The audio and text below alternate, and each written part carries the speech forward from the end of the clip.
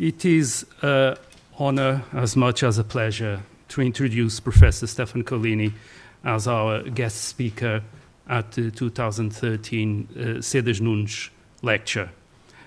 This lecture honors our first director and founder of the Institute of Social Sciences of the University of Lisbon, the late Professor Abertura Sedas Nunes.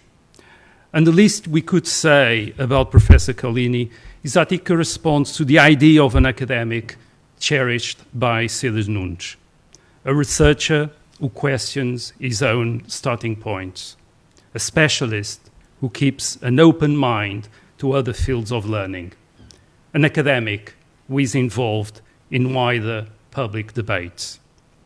Stefan Collini is a professor at the University of Cambridge, but he is also an author of articles and essays in journals and magazines like the British Times Literary Supplement or the American The Nation.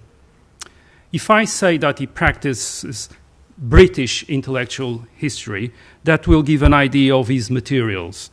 Yes, he does write about John Stuart Mill and all the other great Victorian men of letters and their 20th century successors.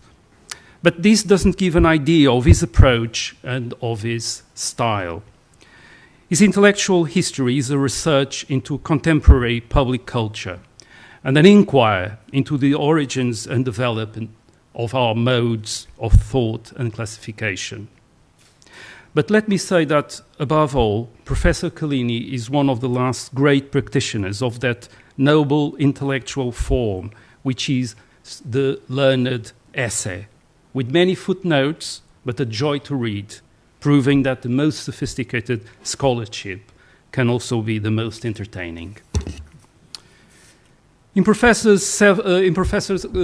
Collini's several collections of essays, we are faced with the great questions of the life of the mind.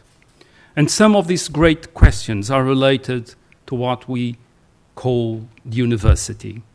Last year, Professor Collini published a book, What Are Universities For?, which can be regarded, without favor, as one of the most remarkable reflections on the institution of the university in our time.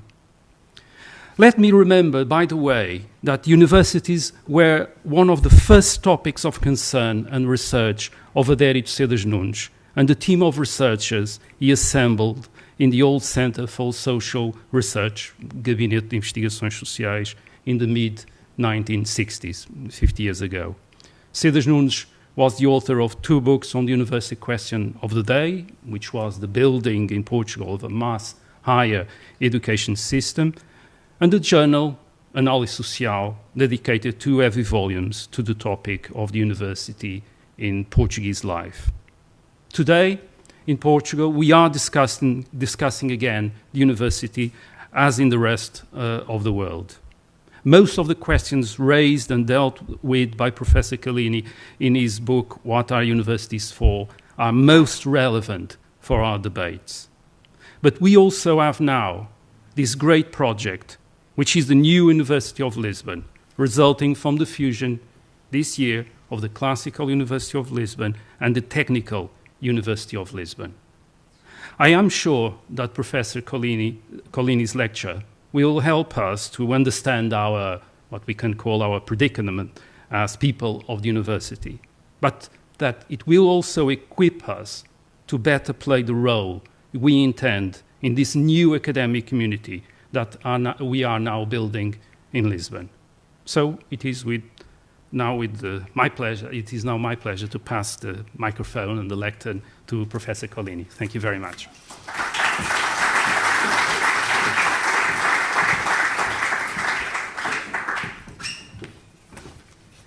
Well, good evening, everybody, and thank you very much, Rui, for that very generous introduction. I feel embarrassed by the fact that I've been invited to come to your country to speak, but that I cannot do so in your language. And so, at the risk of making myself even more embarrassed, but at least I hope of making you smile, let me attempt to say the following sentences. Eu me sinto muito honrado por ter sido convidado para ministra esta palestra. Sang duvidas, e mina pronunciação desta frase deixa bem clara a razão pela qual será para o benefício de todos que a palestra seja ministrada em inglês.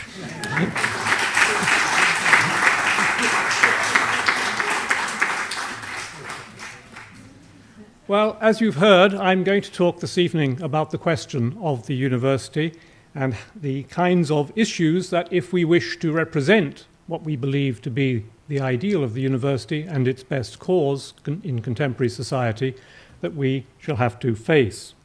I should say that in presenting this, I obviously draw principally on my experience of the debate in Britain, although also in the United States and some other European countries. I am not assuming that the situation in Britain is the same as in Portugal. I well know that that is not the case, and I am certainly not presuming to come here to tell you how you should conduct your universities.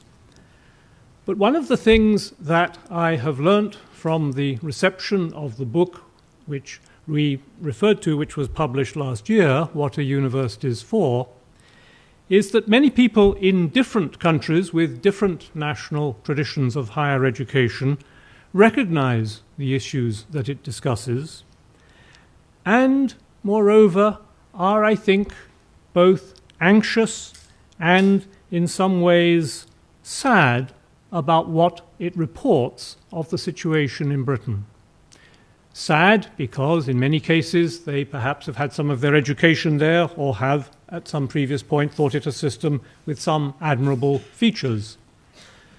But anxious because the developments in Britain are very widely seen as a kind of prototype of a model that may be adopted much more widely, especially throughout Europe. This is not an accident. It's certainly true that some other governments and higher administrations are deliberately setting out to copy the British experiment. But I think what we have here is not merely the result of the policies of one group or party. What we have here are the working out of certain much deeper and much longer social and economic changes, changes of a kind which I think I understand your institute studies all the time. I've already said that I would like there to be questions at the end, if there is time and you are willing, because it is from that, I think, that I will learn most about how far what I describe here seems to you recognizable in your situation. But what I'm going to do is begin by telling a very familiar story, a story which I think you also will recognize, but a story which I think we should have many doubts and reservations about. It's a historical story. It's a story of the development of universities since 1945. This is how that story goes. In the years immediately after 1945, and right up to the mid-1970s, the years of expansion in developed societies, which the French call les Trente Glorieuses, 3 decades of recovery and prosperity. As part of this general growth, higher education and research grew at an unprecedented rate. Numbers expanded everywhere, nowhere more quickly than in the United States of America, partly prompted by their GI Bill for veterans, but fed by the promise of social mobility for the hundreds and thousands who were among the first members of their family to experience higher education. Moreover, governments everywhere, again led by the USA, put money into scientific research in ways which increased the size and expanded the role of universities in general. During these years, universities in different national traditions retained much of their traditional status and autonomy. This had been built up in previous centuries when they were much smaller and much more intimately bound up with the dominant elites of their society. From the late 19th century through to the mid-20th centuries, their much more limited functions had been accorded a broadly consensual respect. But for the most part, such universities had played only relatively minor roles in their societies and in particular in their economies, usually well out of the public eye. From the late 1940s and the 1950s, however, they were increasingly the object both of government policies and of public attention. But although their scale and their visibility changed, their fundamental character changed rather little during these years. Academic faculty still, by and large, set the tone of their institutions. The humanities and the pure sciences were still the most prestigious and institutionally dominant disciplines. And society was still respectful of universities as one of the chief homes of a traditionally conceived culture, which it was often the aspiration of the historically less privileged to acquire. Expansion began to subject all these features of universities to pressure, but economic prosperity and a major growth of public funding in Europe, or a mix of federal and foundation funding in the United States, meant that hard choices among the various functions of universities could, for now, be ignored. But this, still staying with the story, this, it is then said, was only ever a temporary and unstable equilibrium. Universities were living on borrowed cultural capital as well as a soon-to-be-reduced flow of actual capital. As developed societies, led by the USA, moved from elite to mass higher education, as traditional deference to or regard for elite culture waned, as the demand for professional training and for various vocational and applied sciences increased, and as these societies replaced the ideal of professional autonomy with that of public accountability, so it is now held universities needed to change. And from the 1980s onwards, they did begin to change, despite, it is said, the protests of academics who had mistaken the contingent good fortune of the decades after 1945 for the timeless essence of universities. In the past 30 years, critics are prone to think of them as les 30 Inglorieuses, universities have begun to modernize. Their primary role as engines of economic growth, it is said, is now acknowledged, and their activities are becoming more closely aligned with the needs of industry, finance, and commerce. Their funding is falling into line with the principles of a market economy, with debt-conscious students seeking value for money and research users commissioning and paying for research projects. Customer satisfaction, it is said, should now be recognized as the true test of their success in a competitive marketplace. Management has replaced administration within universities, and internally, professional schools and vocational and biomedical disciplines are coming to have a preponderant weight commensurate with their position as the chief income-generating programs. These, it is said, are good and necessary adaptations to the changed world of modern societies, but the changes, it is said, have not gone far enough. As with all other large retail enterprises, universities have to price their goods differentially according to demand. So there needs to be more variation of price among universities and among courses. Proper key performance indicators need to be used systematically throughout each organization to measure achievement and to eliminate failure. Commercial corporations need to have a larger say in what is taught, what is researched, and how these services are delivered. Tenure, it is said, is an obstacle to rational management decisions about labor mobility and needs to be removed. And new technology and more intensive use of time and plant need to be embraced to accelerate throughput and reduce costs. Compared to universities of 30 years ago, it is said, many current institutions may have changed, but compared to a benchmark by a rigorous McKinsey organizational assessment, they are badly underperforming. They carry excessive fixed costs, an inflexible labour market. They are committed to an outdated collective ethos. They are poor at marketing their services, and they are slow to adapt to technological change. And, worse still, there are elements within universities, especially the tenured academics, perhaps especially in the humanities and social sciences, who seem to resist some of these changes and cling, it is said, to some nostalgic ideal of the university, which only ever partially suited the social conditions of the day before yesterday. Their criticism, these tenured, discontented senior professors, should be disregarded. It is the self-interested complaining of a supported elite who simply fail to understand or want to deny the nature and pace of social and economic change. In short, what is now needed is a stronger injection of market forces. That is the end of my ventriloquizing a story in which I do not believe. It is a story that I'm sure is familiar to you. And some, of course, of what it says is true, as any good ideological story has to be. Let me just quickly remark three things about this story.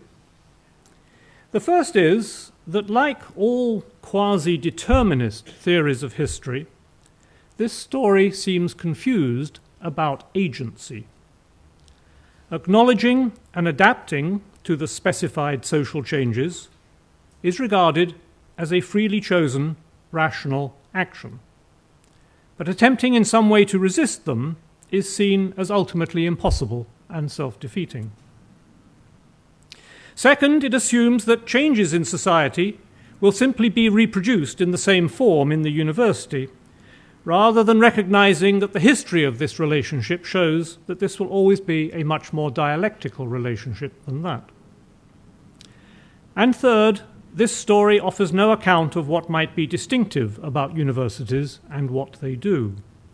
A university in this story is regarded as a business like any other, and so subject to the same laws which govern change in all businesses.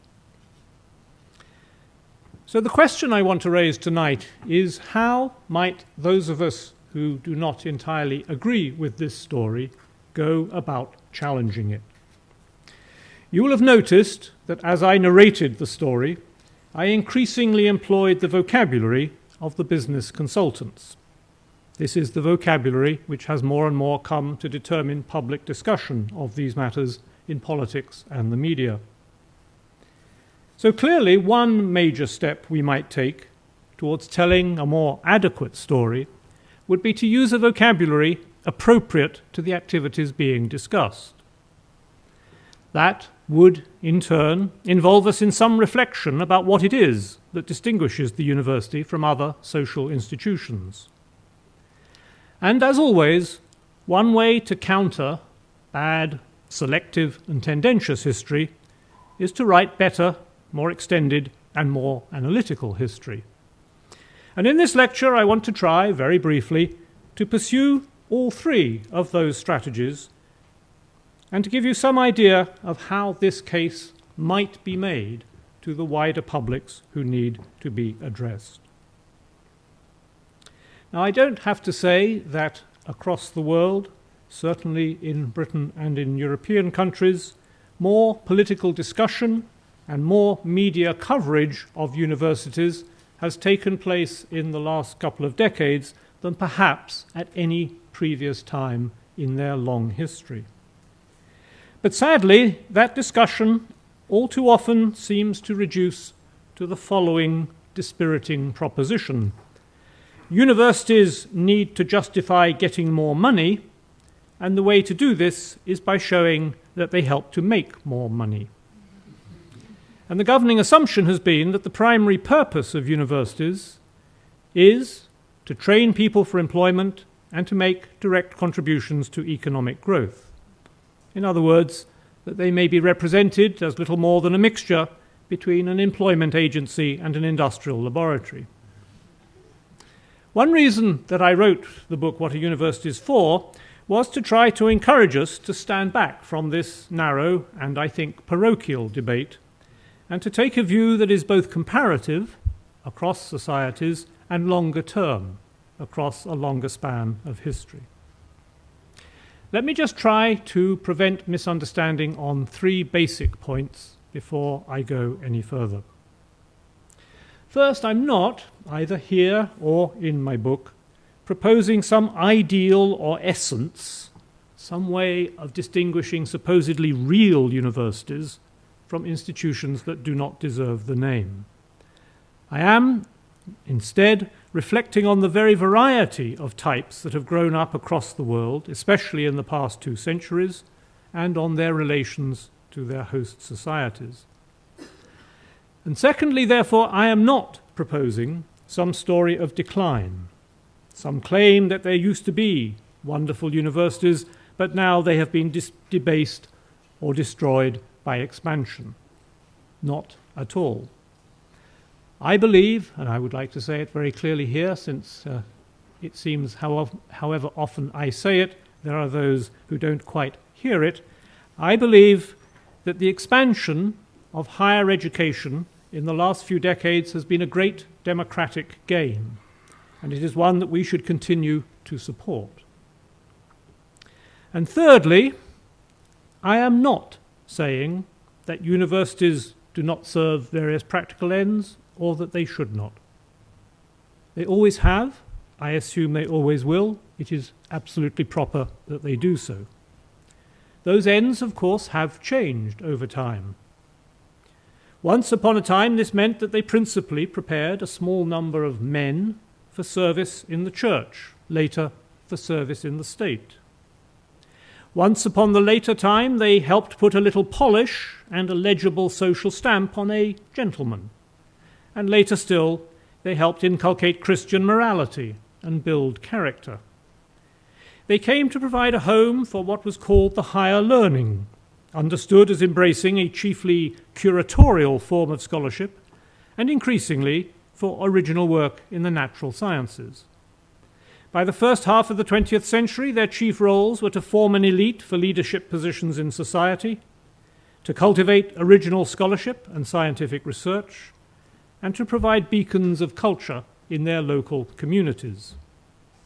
But they were also constantly being loaded with various practical tasks by national and local political leaders, by captains of industry, by churches, by the military, and by any number of other groups in society who were well-funded or well-meaning, or even occasionally both.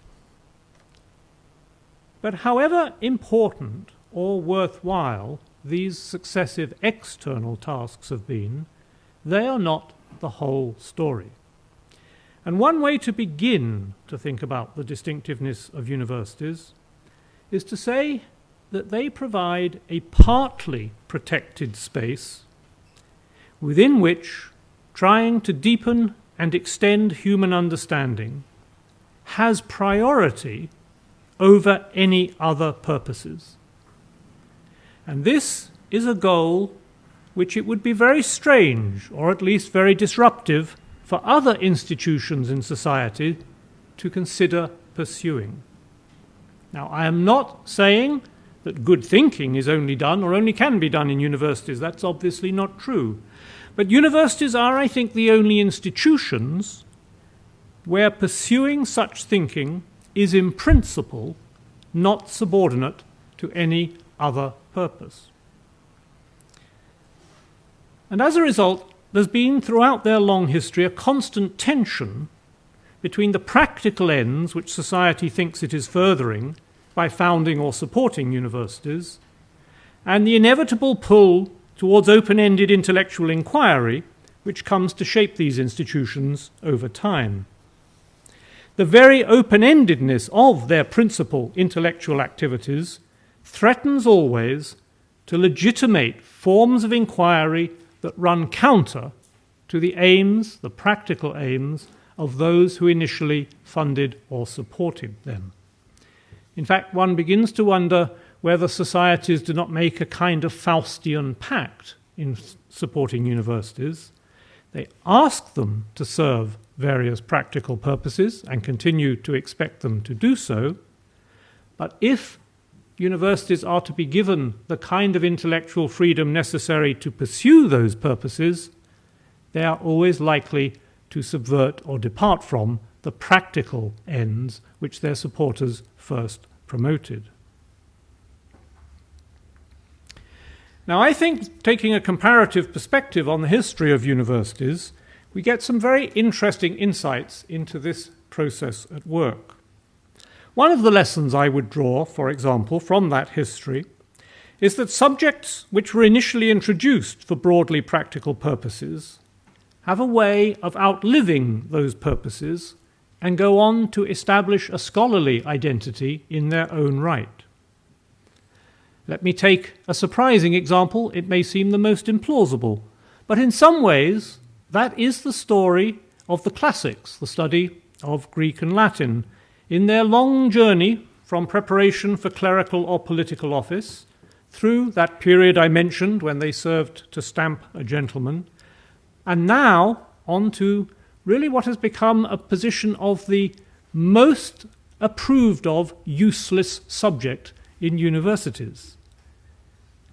But actually, something rather similar could be said about history, which was seen by its 19th century champions in many European societies as a practical training for statesmen and administrators, but of course has become a central academic subject in its own right with many subdisciplines.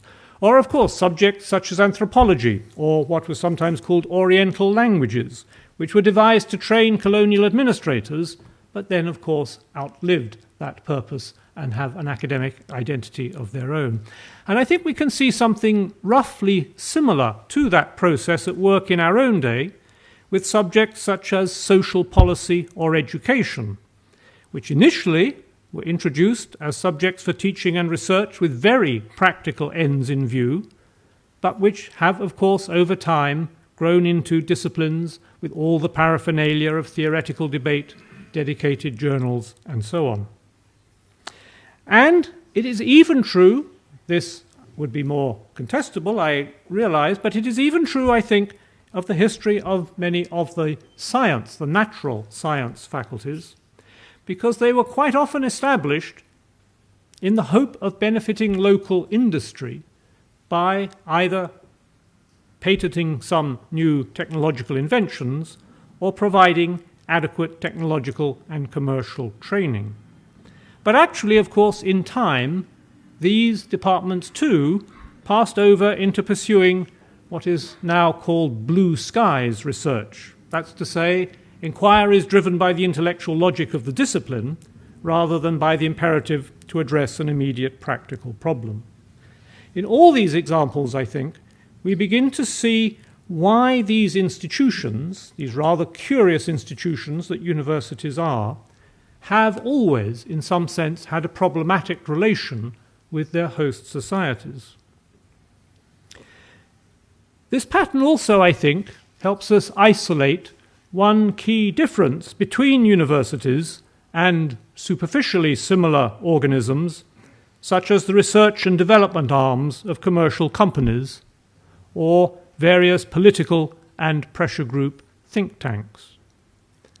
For the most part, institutions of this other kind pursue inquiry into a topic for a strictly practical purpose defined by external criteria, and if inquiry no longer serves that purpose, then it has to be abandoned. Moreover, those institutions, those industrial labs and those political think tanks and so on, are usually not interested in what we might call the second-order inquiries into the boundaries of the topic, or the character of the vocabulary being employed, or the status of the knowledge produced, and so on. One mark of an academic discipline is that such second-order inquiries can never be deemed illegitimate or irrelevant in advance. And so when reflection is free to proceed without the imperative to contribute to a specific external purpose, then these second-order questions inevitably start to become the main focus of work in that discipline. I think one sees that intellectual pattern replicated in some ways in the history of institutions. Again, here I draw upon a certain amount of comparative work, but let me give you the example that I know best from Britain. Over time, those kinds of institutions from the mid-19th century onward, which were founded to provide some kind of alternative to the then existing traditional model of university, over time, these new institutions have more and more come to resemble the traditional model. So in the 19th century in Britain, in the major industrial cities, new universities were set up, or in the middle of the 20th century, colleges of advanced technology were set up, or in the 1960s, the so-called new universities were set up, or more recently still, the polytechnics were established from 1965 onwards. In all cases, intended to offer an alternative form, usually of training, to some extent education, usually of a local or practical kind. But in all cases, their subsequent history has meant that they've more and more corresponded to the traditional model. They've become national rather than local institutions. They've developed residential and other social amenities in the way traditional universities often had. They aspire to sustain research and postgraduate as well as undergraduate education, and they encourage corresponding career development in their academic staff. So I think in that pattern, that institutional pattern, you can see what has been called by some sociologists academic drift, as these institutions more and more seek to emulate the most prestigious in their sector. It's clearly not a matter just of the self-interest or ambition of individual scholars or administrators that brings this about, but something which is deeper, I think, in the character of intellectual inquiry itself. Now, a common element to many of the now fashionable ways of wanting to make universities accountable, and let me emphasize, I think universities are and have to be accountable to their host societies if they are to justify support, including financial support. But a common attempt to do that now, I think, especially in the last decade or so, has been to insist that their studies be made far more relevant to the main industrial and commercial activity of a society. And the danger, it seems to me, in this fashionable emphasis is that the move is made too quickly from the activities carried on in universities to the benefits which society believes at that moment it requires. The move has to be made through more indirect and long-term connections, I suggest. And I think you see versions of this mistake in discussions about relations between universities and local businesses, for example, where I've heard many business leaders say they do not wish to have university researchers attempt to second-guess what their local business companies will need in the immediate future. What they want is for universities to do what they're good at and pursue fundamental research from which these businesses can subsequently profit and apply in a way that they know better how to do than the universities anyway. And the same, I've again heard many leading employers say, they do not actually want graduates who have been given some narrow training which is intended to equip them for one particular kind of job as it is defined at the moment. They find that means that these graduates soon become out of date and also tend to be too rigid or narrow in their thinking. A graduate who's profited from an intellectually rigorous and culturally extending education, say these employers, will serve the employer's needs better in the long run. Some of you may also have heard of the requirement in England in funding research to show the immediate impact of this research. I think that is an example of the same too quick move from the activities to looking for a supposedly relevant benefit. In other words, I think society obtains the greatest profit from its universities by encouraging them to concentrate on the kinds of things they're very good at, and then using the fruits of what they do in ways in which society is often better than the university at deciding. Now, I think you need at this point, having concentrated so hard on somebody speaking English to you without interruption, a little light relief. So let me introduce you to an argument which I always encounter from opposition at this moment. And this argument involves reference, I have to say, to one of the most bizarre and exotic products of the human imagination. It's a wholly fictional place called the real world. Now, this fictional place is quite unlike the actual world that you and I live in. In the actual world that we're familiar with, there are all kinds of different people doing things for different reasons, sometimes taking pleasure in their work, sometimes expressing themselves aesthetically, sometimes falling in love, sometimes wondering what it all means, and so on. But in this invented world that is called the real world, it is inhabited exclusively by hard-faced robots who devote themselves single-mindedly to the task of making money. They work and then they die. Actually, in the fictional accounts of the real world that I've read, they don't ever seem to mention dying. And I think that may be because they're afraid if they did, it might cause the robots to stop working for a bit and start expressing themselves and falling in love and wondering what it all means and so on. And then, of course, the real world wouldn't be so special anymore. It would be just like the actual world that you and I live in. I have to say, I've never been able to take this argument from the so-called real world very seriously. It's obviously, it seems to me, the brainchild of cloistered businessmen living in their ivory factories and out of touch with the kinds of things that matter to ordinary people. As they're prone to say to academics, I think these people should get out more. But, to adopt a more serious register again, I think we in universities should be cautious before we claim for universities all manner of social benefits. There is a tendency for defenders of universities to want to present them as contributing to every approved moral or social good, including the promotion of equality of respect, social mobility, and general niceness. In addition, there's a tendency to present universities as naturally congruent with approved liberal values. And this seems to me to be a mistake as a matter of fact, and certainly a mistake as a matter of tactics.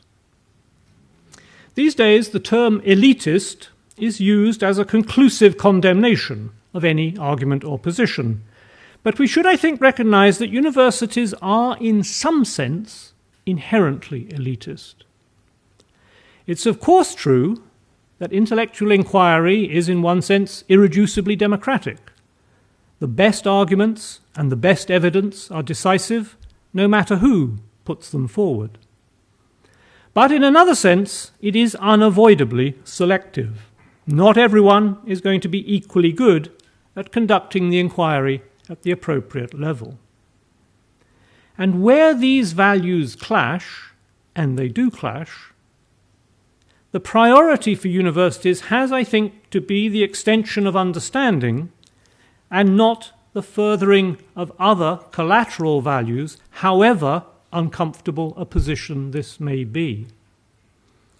I certainly don't think we should put all our eggs in the basket of furthering social mobility, partly because that is itself a confused notion, which often reduces to the effects of long-term prosperity and the replacement of manual labour by white-collar jobs, but also because that would be to justify the activities of universities entirely in terms of the employment pattern of graduates, which I think is precisely the kind of instrumental assessment that we need to question. So, in articulating the argument for education as a public good, I think we should not overstate the case. It is not true that universities are fundamentally at one with all approved ethical and social values. We may, of course, hope that extending human understanding will also be a way of not narrowing human sympathies, but there may be no necessary connection in either case. And all those arguments which suggest that science or scholarship turn their practitioners into better people are, I think, awkwardly vulnerable to obvious counterexamples. Just think of any of the inhabitants in a corridor in your own building.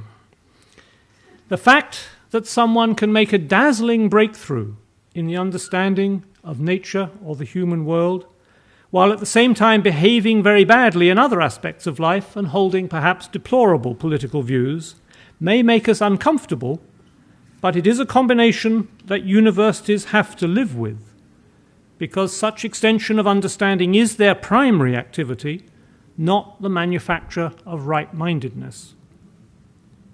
The disciplined free play of the mind over a given topic that is at the heart of scholarly and scientific inquiry is principally an intellectual, not a moral achievement, at least not directly. And I think we should be very careful what we claim for it. It seems to me that in wider publics outside the university, there is a kind of intuitive recognition that this kind of activity, this unfettered inquiry into the meaning of things, is what universities are partly about, and which those wider publics want them to be partly about. There is a kind of sympathy for that alongside the requirement to contribute to more practical goals. And I think those who wish to argue the case for universities need to do better than we have done up till now in harnessing that sympathy in other sectors of society.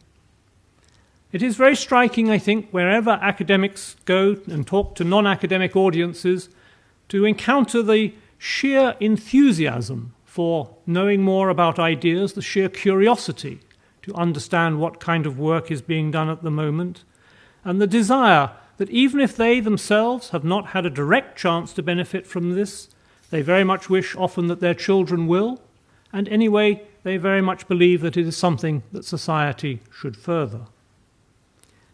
I think such audiences do not always want to be told that we judge the success of a university education by how much more graduates can earn than non-graduates, or how much science and inquiry may contribute to the gross domestic product.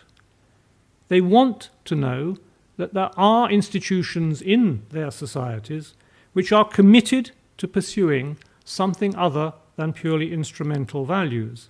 And I think that is a case that we should try to develop. Of course, we do have to acknowledge always that contemporary universities may not perform some of their distinctive tasks all that well. Again, if we try to pretend that they are better than they are, we will lose the sympathy of those wider publics who are, again, I think, intuitively often quite aware that some of the contemporary overcrowded or overregulated institutions are not conforming to what they wish universities would conform to. Another aspect of this debate that I think we need to challenge is the way in which measurements of quantity are always being substituted for judgments of quality. I'm sure we can all think of numerous examples of this. The key performance indicators language, which has come from the new public management speak, represents, I think, not just the imposition of the agenda of the managerial and business world, but a loss of nerve within universities as well. I think we should not accept that judgment is simply a matter of personal or arbitrary opinion. Judgments have to rest on reasons, and some reasons can be better than others. We all, in fact, conduct our lives on the basis of that assumption, but perhaps we sometimes lose confidence in it when faced by the proposition that in public discussion only that which can be measured can be considered objective. Now let me take as a less obvious illustration of what I'm calling this loss of nerve, something which all of us in universities have become familiar with in recent years, but something which I think tells us about the insecurities that universities currently experience. And this is the obsession with global league tables. Now, of course, where their supposed findings are convenient, these are readily used for publicity and propaganda purposes. But the truth is that in many respects, not in all, but in many respects, they are not to be relied upon to show what they claim to show. On many matters, the data are not available in strictly comparable form, and the reliance on subjective and inadequate opinion surveys provides little information that is both reliable and useful. And moreover, as you know, these league tables give disproportionate weight to big science, and the resulting rankings tell us something about the level of expenditure on research projects in the sciences in the various universities, and that is allowed to stand in for the more intractable difficulties of deciding whether one university is, in a sense that we can make sense of, better than another. But what I want to focus on is not that, those drawbacks are well known, but the question of, to whom does this matter? Why do these league tables exist? It seems to me we should challenge the idea, first of all, that universities are locked in some kind of mortal combat with each other. This is surely a transposition of larger assertions about national economic competitiveness. And the language here betrays a kind of mercantilism of the intellect, a fear that the stock of national treasure will be diminished rather than augmented by the success of enterprises elsewhere. It's remarkable, I think, how quickly and easily this language has become naturalized in the past 2 or 3 decades, even though it's damaging to the intrinsically cooperative nature of all science and scholarship. So I think what has happened is what we perhaps in Europe would call Champions League syndrome. It's assumed that you must have top universities and that the top universities all play in the same league. You recognize the metaphors. Now there's a kind of national amour-propre at work here. It comes to be sometimes like having a national aircraft carrier, or in some cases even a national missile system. But many of the ways in which a particular university might contribute to maintaining the standards of scholarly and scientific inquiry more generally, or indeed the ways in which a whole diversified system of higher education might meet very well the needs of its own society, these, of course, are disregarded in league tables, in part because there is no means of translating the answers to such matters into the pseudo-objectivity of tabular form. I mentioned in passing this question of who wants or needs these league tables. And let us ask ourselves, to whom could it seriously matter that University A in one country was ranked, say, 137th, and University B in another country, with quite different circumstances, quite different aspirations, quite different kinds of students, was ranked 184th? I think we need far more recognition of the plurality of types of institution which these exercises in ranking try to homogenize. And we need, therefore, also to recognize not just the national variety that is involved here, but the variety of constituencies that might be met. Not all institutions should aim at being so-called top universities, because there are many other things which higher education institutions do. And I think we should try and make this case to the plurality of publics we address. Legislators, parents, foundation administrators, journalists, school children, donors, government officials, students, taxpayers, and so on. Any actual individual, of course, may belong to any one of those categories or more, but they call for different literary tactics, and they call for a tailoring of the case to those publics. Relying simply on the kind of data which league tables provide is not going to meet that need. Well, I'm calling upon those of us in universities to try to stand up for some of these values. And I have to warn you that if you do that in public debate, you are likely to get some very unpleasant things thrown at you. But I still think there is a case to be made, and that there are a variety of publics. I find it very helpful to think of publics in the plural for this purpose. There are a variety of publics which want to hear this case be properly made. It's difficult, of course, for me to know whether some of the hostility that one encounters is to do simply with how irritating one is as a person oneself, or even to do with one's address.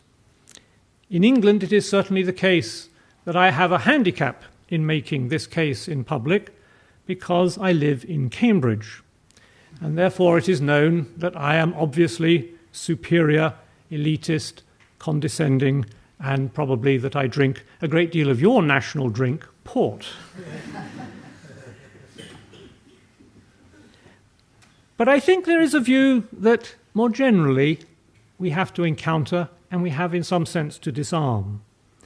And that is the view that those in universities have no right to complain about any contemporary changes or contemporary measures because their situation is so favourable. And I just want to say, I understand that this may well be misunderstood. I understand it is a rather dangerous or risky thing to say. But I think that those of us in universities who try to make this case should not be apologetic or defensive.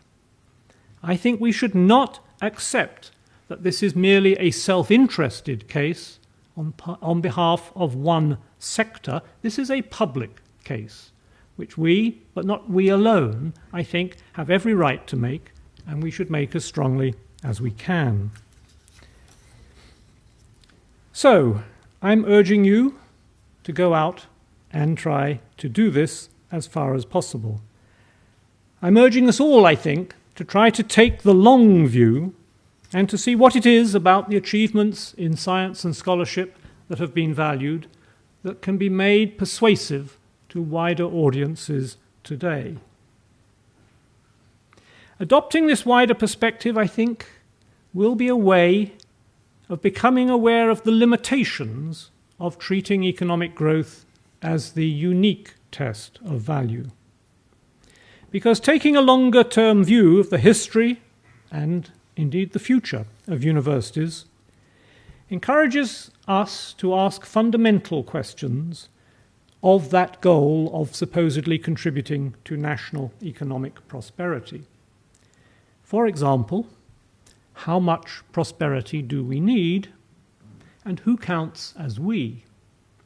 Is it desirable at any cost? And what is it, in its turn, good for?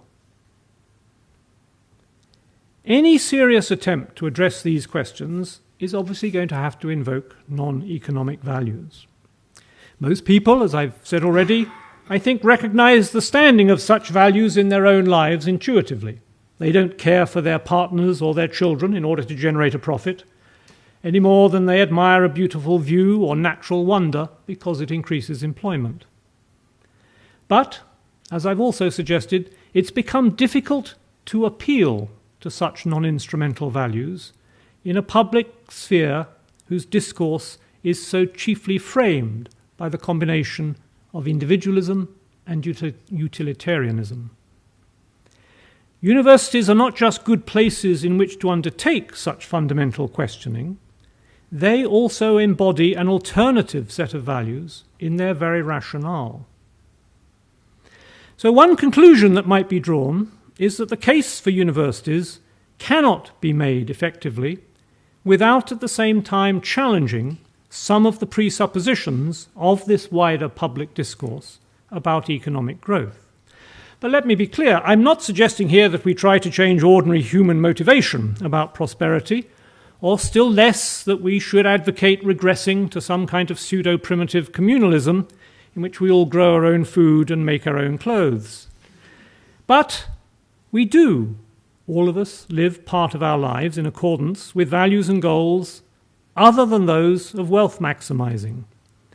Yet we have some difficulty articulating the values that inform these common human experiences, and we seem to find it almost impossible to make those values and their articulated ideals operative in public discussion of social goods. This is one reason, of course, why the task seems so daunting. But let me end with one very general reflection. If the language we use to talk about universities represents them as being principally institutions that provide narrowly vocational training for employment and the application of technology to promoting economic growth, and if the language we use about students represents them as being consumers who shop in the educational supermarket purely for what provides the most remunerative future job at the lowest cost, then those are the kinds of universities and the kind of education we shall end up with. It's very important, I think, that we try to articulate a different and more adequate conception of what universities are for, because otherwise we risk damaging, or even in some cases destroying, the defining characteristics of universities and what has made them so valuable to humanity in its search for fuller and deeper understanding.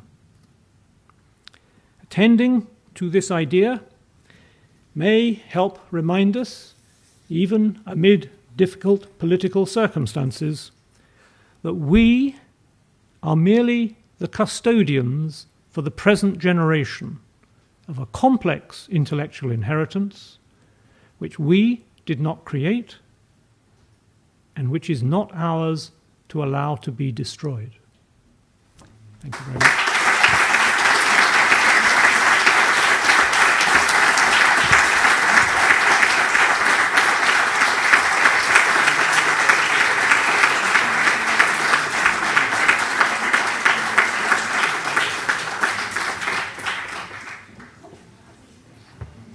Well, thank you very much for such a illuminating lecture, and I think that we will be better equipped to engage our adversaries often, or partners in the public debate that concern university.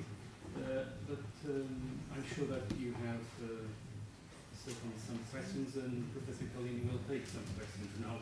So please feel free to ask. First one, please. Jean? Well, I just like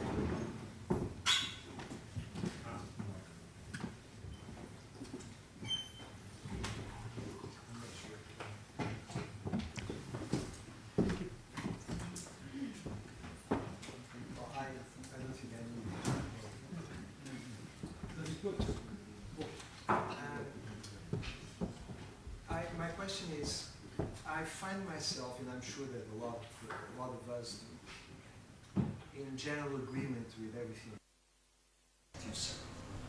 And actually we have had some of these debates here in this room, and very fierce debates on this topic. And personally I've come to the conclusion that you have to be quite aggressive in pushing some of these points of view instead of conciliating your opponent. So, but the difference in style can have implications in the tenor of the debate and so on. My question is, when you mentioned, as you did, that maybe a discipline free play of the mind would be a value and so on, how would you answer people who say, well, of course, if you are saying that, then of course your position seems to be a robust sort of Victorianism.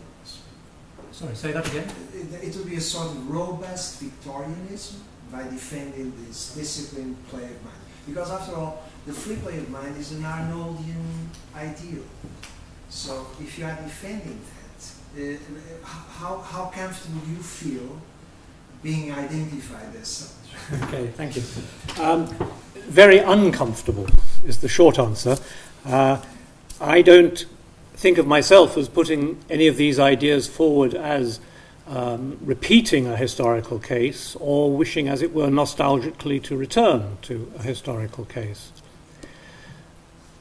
But in another way, I don't think of any of the things that I say in my book as fundamentally original. I think I am trying to articulate a case that is familiar in many ways. And so in choosing a term like the disciplined play of inquiry or the unfettered play of mind, I'm aware that I'm using a vocabulary which we have inherited to some extent. That is inevitable. None of us start from scratch, and we would not be persuasive if we tried to start from scratch.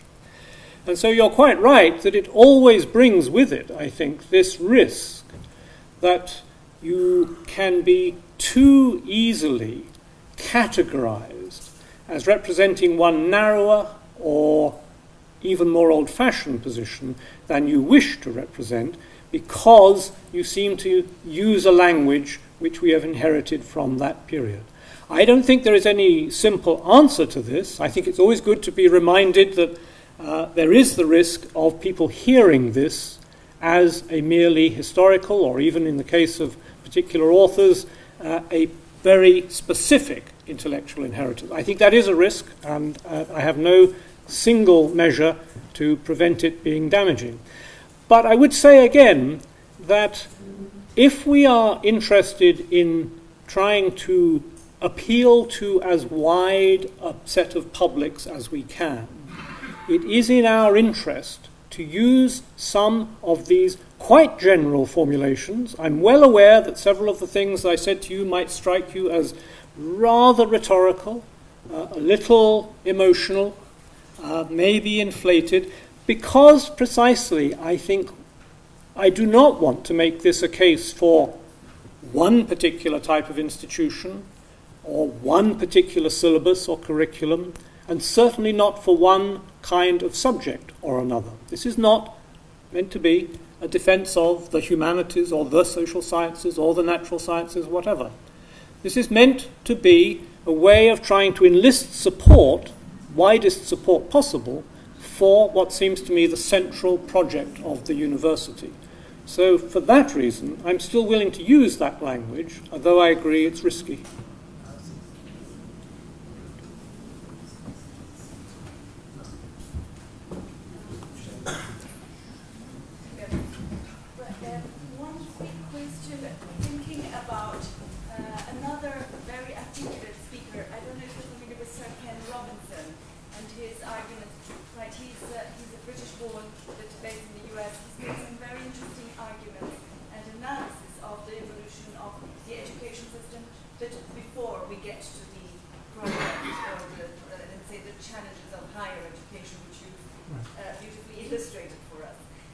I'm wondering, basically his arguments are very similar to yours, but just starting from much earlier on in the education industry. I should use this phrase, which is also his. And I'm wondering whether, if you can imagine the basics of the argument, is there then a different, a more complex story behind this link? So if we assume that some of the problems that you've highlighted, in fact, start from very early on and are part of the whole project of education, then are we not facing some even more fundamental challenges? Yes, okay, thank you. Obviously, I recognize the kind of continuity that you refer to between school years education and the sorts of issues I was talking about tonight.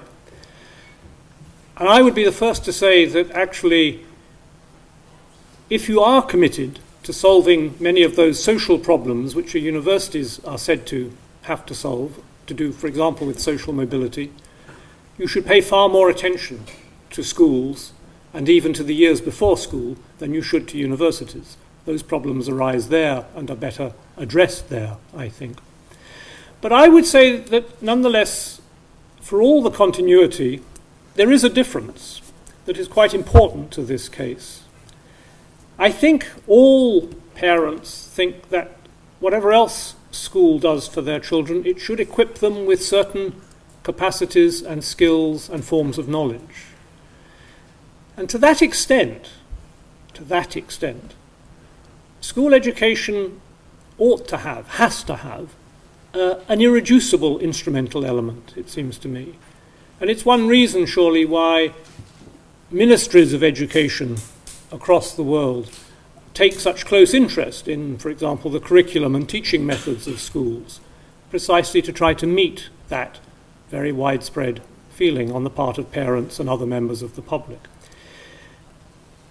Universities are not doing quite the same thing, and of course universities do something more than undergraduate education.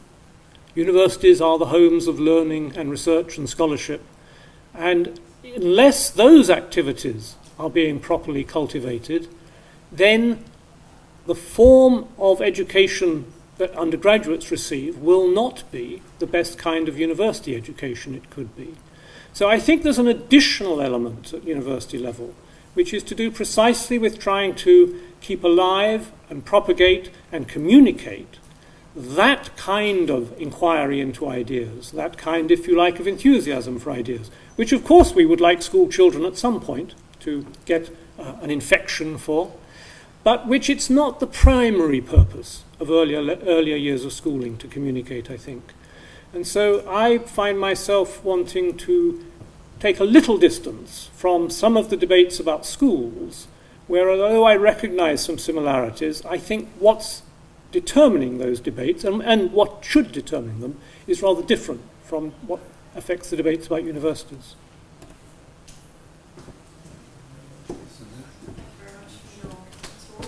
I was wondering, I wasn't quite sure if I got it. Essentially, what you're saying is a critique of expanding capitalistic values. From my experience in my end, I'm an environmental sociologist, your discourse seems very similar to those of environmentalists talking about the growth of market environmentalism and so on. And so if we're talking about seeing beyond particular values or the nature that capital can see, then I'll be here also talking about seeing beyond the education and the knowledge that capital can see. And is that your fundamental argument? That's my first question. And following that, I suppose what I would like to find out is whether you see universities then as some kind of oasis that is somehow hopefully free of this capitalistic invasion and capitalistic way of thinking. Is it some kind of stronghold where we might be able to free the world from a doomed utilitarian view that we're all heading towards? Short answer, no. It seems to me, leaving aside from any views of my own, it seems to me that would be an absurdly utopian view about any institution. It could never be that self-contained, and if it were, it could never then have the effect that you were suggesting it to have. So I don't think we should start from there. It's not, you asked at the beginning, what is my central argument? It's always very unnerving when someone asks you your central argument. My central argument took me about 55 minutes to state, so I can't restate it. But I do want to say that the kinds of activities universities do, this evening might even be a very small example,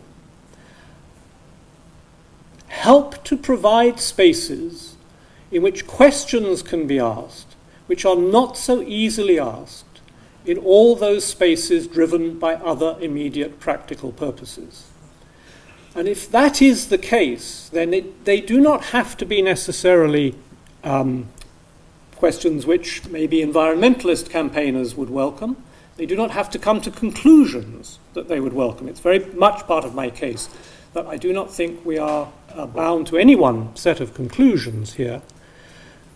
But they, by challenging any hegemonic set of categories, they are going to provide inconsistently, sometimes rather weakly, and certainly alongside many other activities, but they are going to provide ways for society to reflect on those dominant discourses and at least draw in some other vocabularies and other perspectives to challenge them.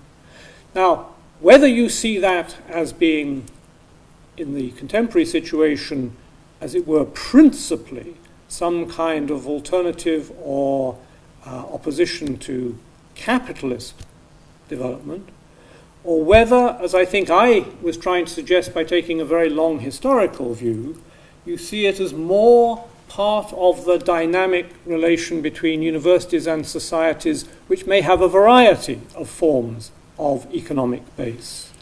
Some of these dynamics were present in earlier stages of the history of the university as well.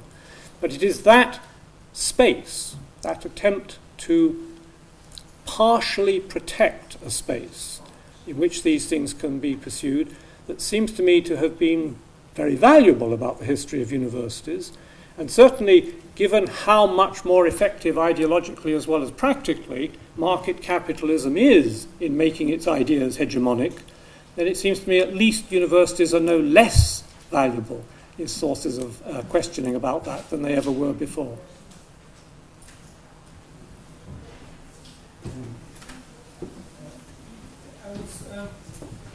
I have two questions, and I have a number of questions. It was very interesting talk. But one was, what is the role of scholars? What is the role of scholars interested in public policy in the university? You seem to say, or maybe potentially you're saying something like, well, actually they should focus on working in think tanks, and their presence in the universities is in a way a risk of moving towards this kind of egalitarian, narrow vision. That's the first question. The second question is, in the case of Portugal, we have now an especially difficult task. I certainly don't envy the task of our director and people involved in managing the university there. So how far can we go in terms of saying things like, well, actually we can help provide some answers or some analysis of the nature of the crisis, of the way out of the crisis, or is that, in a way already compromising this kind of distance we should keep? Okay, yeah, no, good questions. Well, on the first point, let me make clear, I'm not saying that such scholars who might be dealing with very policy-oriented questions would be out of place in the university. Quite the contrary, I think one of the ways in which the value of universities is partly recognized, and we could make more of this, is as a place which provides relatively dispassionate and relatively authoritative inquiries on matters which are at other points more contested and more purely political. What I was saying is that some of those kinds of inquiries, social surveys and political and economic analyses, are of course carried out in think tanks and in party organizations and so on. But they're carried out there only up to the point where they're useful for the present purpose or campaign or whatever. And what's distinctive, I think, about them in universities, where they're well housed, I would say, is that they're then brought into contact with other aspects of the discipline which might question its starting point of that inquiry, which might bring in different categories to it. The wider disciplinary world, as it were, chastises the particular preoccupation, but doesn't invalidate it. There are still those kinds of policies, I think, to be looked at. So I don't think that's out of place in universities at all. I'm not sure I quite understood your second point, but is it principally a point about whether there is some way in which what you might, if we're talking very briefly, call the voice of the university can be heard in dealing with these problems, or did I misunderstand the second part of your question? Is it a useful voice, and also is it legitimate? Because in a way there's the risk again that we are overselling. Yes. No, well, that is a very good point. There is a risk of overselling. As you see, I'm not an enthusiast for doing that. And to be honest, I don't have a very good answer to this, because it seems to me, and I know this always seems the most inadequate reply, but it seems to me so much a matter of the judgment of political situations at particular times. I mean, there are times where to adopt the kind of idiom and register I've used tonight would be idiotic. It would be so out of place if we were attempting to persuade your local minister to support another few thousand euros for this project or that project. This is not the right way to do that. So there are ways to do that. There are ways which I think are broadly consistent with the case I'd like to make here in abstract terms.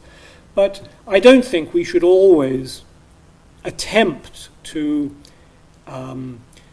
mobilize the grandest vocabulary, if you like, our biggest artillery, for a variety of engagements. There may be much more practical ways to do that, and we could risk being counterproductive. We then become dismissed as merely utopian or not sufficiently listening to local circumstances or whatever it might be. But I do think nonetheless that however specific our replies about local circumstances and immediate pressing needs, economic or other, we do it from a perspective that knows other things. It knows other things as well. And so I think that gives a strength to those more specific or local cases, and I wouldn't want to see us abandon that. Okay, well, thank you for your questions, and again, Professor Collini, thank you for this, your contribution to this, to our opening of the academic year. So, boa noite a todos.